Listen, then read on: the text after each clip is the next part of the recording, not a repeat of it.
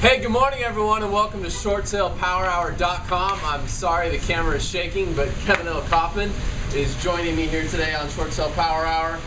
We're Group 4610, Arizona's premier short sale team, and hey, we're outside doing something different. So Kevin, we got some feedback, not really directly on the blog, but the feedback was that they enjoyed our videos in San Diego because we weren't sitting on a black couch. So I decided to bring this black ottoman outside here and show everybody that it does rain in Arizona, Kevin. It does rain. Oh, I forgot to tell our viewers, Kevin. Today is a little episode we like to call Forgettable or Unforgettable Friday. And I also forgot to tell them that you're not going to be speaking on this episode, because I'm afraid if you speak on this episode, Kevin, we both might be like in a courtroom tomorrow or behind bars in jail. Okay, so hey guys, got a little story to tell you.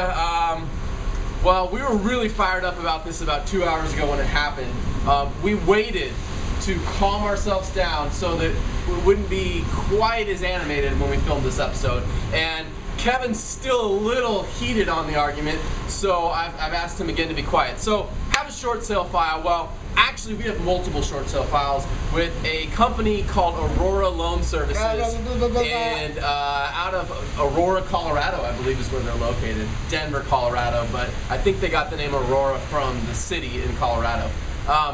They're probably accustomed to weather like this. Perhaps that's why it takes them so long to process short sale files, because their offices are frequently closed due to weather. I don't know, except instead of this wet stuff, it's probably snowing.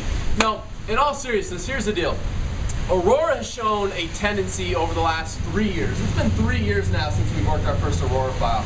Now, you and I have been in business together officially since February of '08, but we were both negotiating short sales last year on our own, and I had an Aurora file in summer of '07, okay? July, August of '07.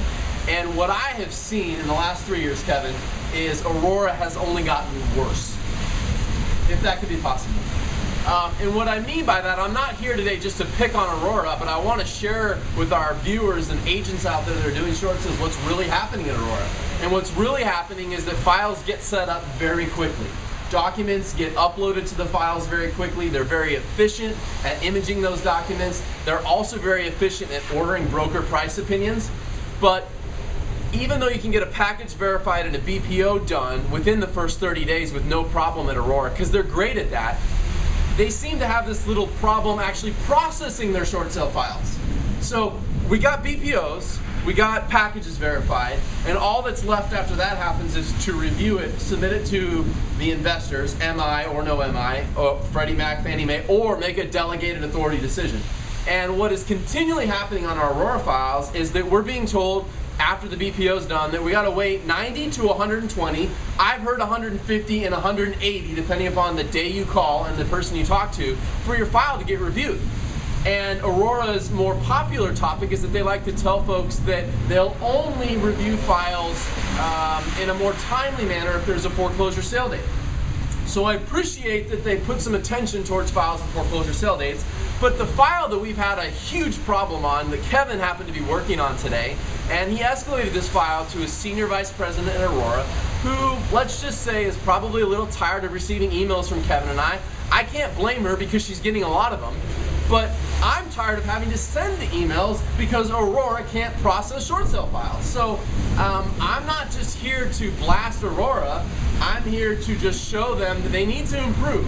And so we got her on the phone today and had a 4-minute conversation, which happens to also be on video. Maybe we'll use in court or behind bars to entertain ourselves someday. And the person, the senior vice president at Aurora, let's call her Julie, just decided that she wanted to talk and basically, I'll use the word threaten, I suppose a different word could be used, but just basically tell us to back off, but didn't want to hear the struggles we were dealing with to see if there's a solution we could come up with. And when Kevin shared with this lady, we'll call her Julie, that this file had already had a foreclosure sale date that was less than a week away. They had postponed it 60 days. We've been working on it for 3+ months, and 4+ months, I'm sorry. See, I'm glad you can still do signals. Julie responded with, well, we only rush look at files, blah, blah, blah, if the sale date's coming up. You don't get it though, Julie. the file already had a sale date. You postponed it. 4 months later, the sale date's coming up again, and y'all still haven't made a decision. MI has already decisioned the file, and you can't just submit it to the investor, Freddie Mac. And so this person, calling her Julie, has reprimanded us for going to her boss. Let's call him Craig.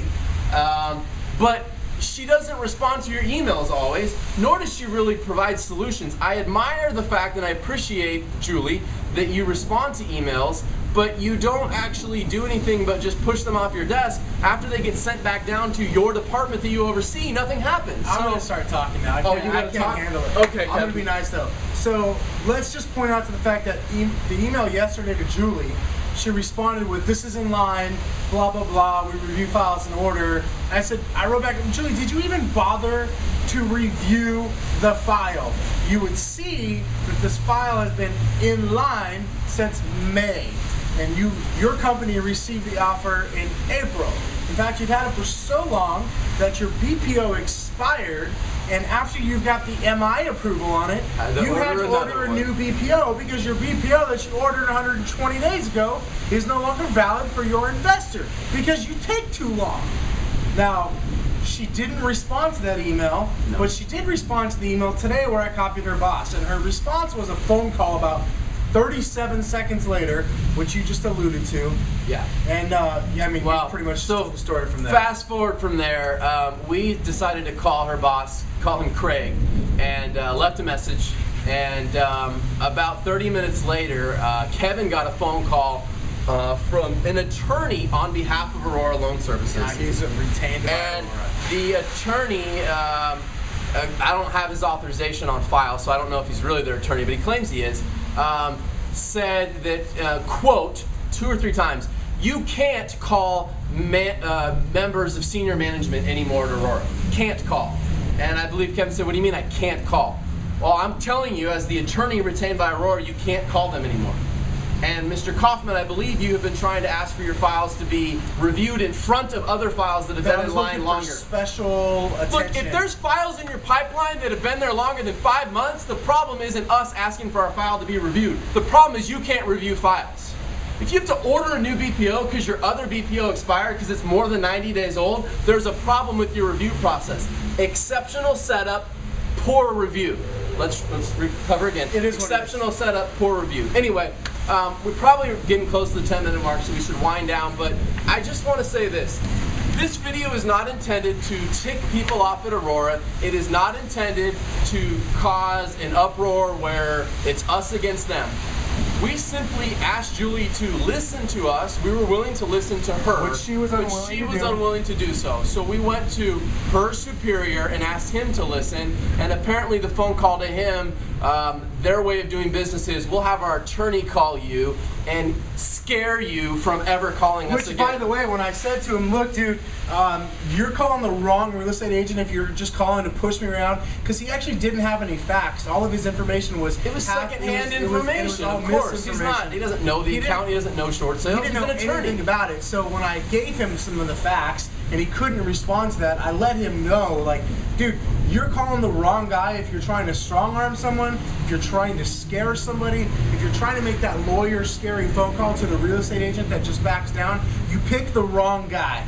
You just flat out picked the wrong guy to do that to. And listen, guys, we're not asking for anything special. Aurora, if you're watching this, other banks, we're not asking for special attention. I'm just asking you to follow your own guidelines. Follow your your guidelines, not mine. I promise you have a working agreement in place called a master servicing level agreement with Freddie Mac, your investor. And I promise it says to review and submit the short sales in less than 5 months. Guaranteed. I promise it does. I promise it doesn't say we want you to order 2 BPOs and charge us for 2 of them and not review the file. Spend more of our money. Yeah, I promise it doesn't say that. Guaranteed that doesn't say. So, you know what? We're okay that you have problems. We're okay that you're not perfect. We understand you're overwhelmed with business. But please don't come from the place of we can't do anything. Look for solutions. That's all we're saying. Find us some solutions. Please. Listen to us. Solutions. On 3. 1, 2, 3. Short sale power hour. Short sale power hour. Push it.